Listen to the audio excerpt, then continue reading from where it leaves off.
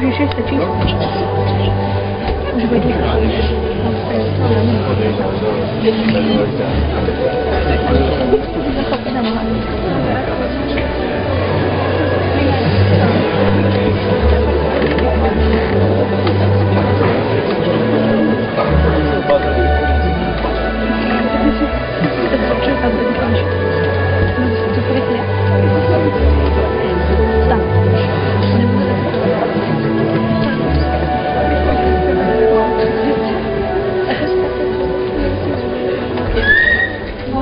Večer plný hmly, akých je 365 do roka, kde si bol pokoj, kde si sa ešte strieľalo, kde si byli tamtami, kde si sneh zasypal ľadové iglu a kde si sa už aj drýždilo.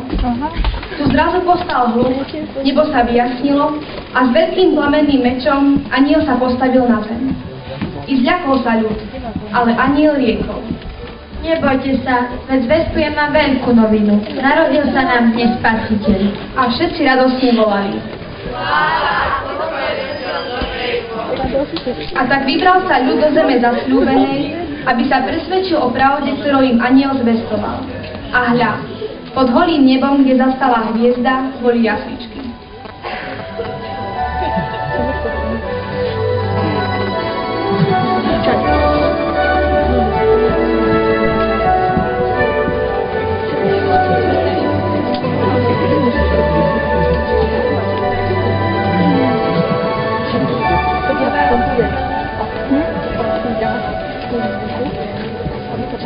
Pristúpil k jasličkám zarastený čierny vojak, ešte mu na šatách nezaschlo blato, do ktorého sa hodil, aby ho nezasiahla nepriateľská búrka. Doniesol som ti, Ježiško, do daru svoju pušku. Ja viem, že to nie je vzácny dar, ale keby ti každý dal pušku, ktorou musí zabíjať, bol by na svete večný pokoj.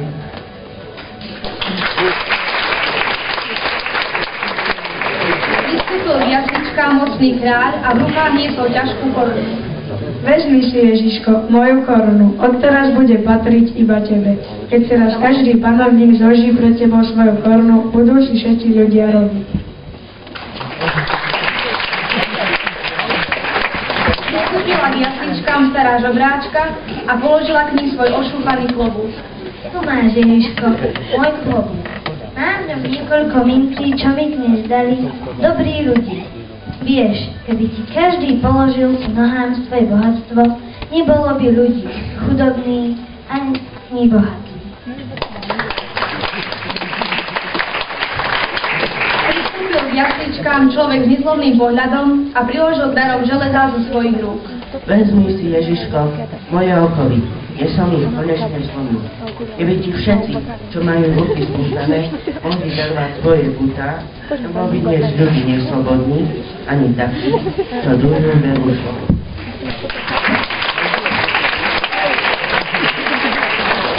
Pristúpilo k jaslička mladé dievča a vložilo do nich svoje srdce. Darujem ti, Ježiško, to jediné, čo mám. Svoje srdce. Keby ti každý takto odhalil svoje srdce a daroval ti ho, panovala by na svete iba vzájomná láska.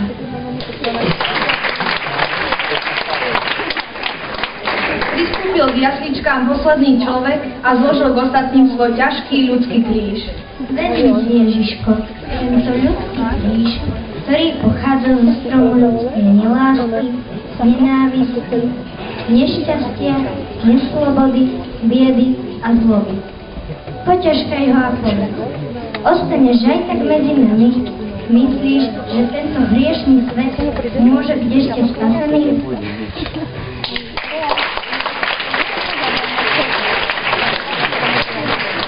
Ľudom postalo hrobové ticho, no dieťa v jasličkách sa usmialo a anjeli silnejšie zatrúbili na svojich surmitách. A my, čo sme tam stáli v miliónových davoch, sme nemohli uveriť, že zázraky sa dejú aj koncom 20. storočia. Keď sme sa rozchádzali domov už bez pušiek, Bez kráľovských korún, Bez žobráckých klobúkov, bez falošných srdc. Ešte stále, hoci sme už boli blízko svojich domovov, uvedomovali sme si, že Vianoce sa stále viac a viac približujú.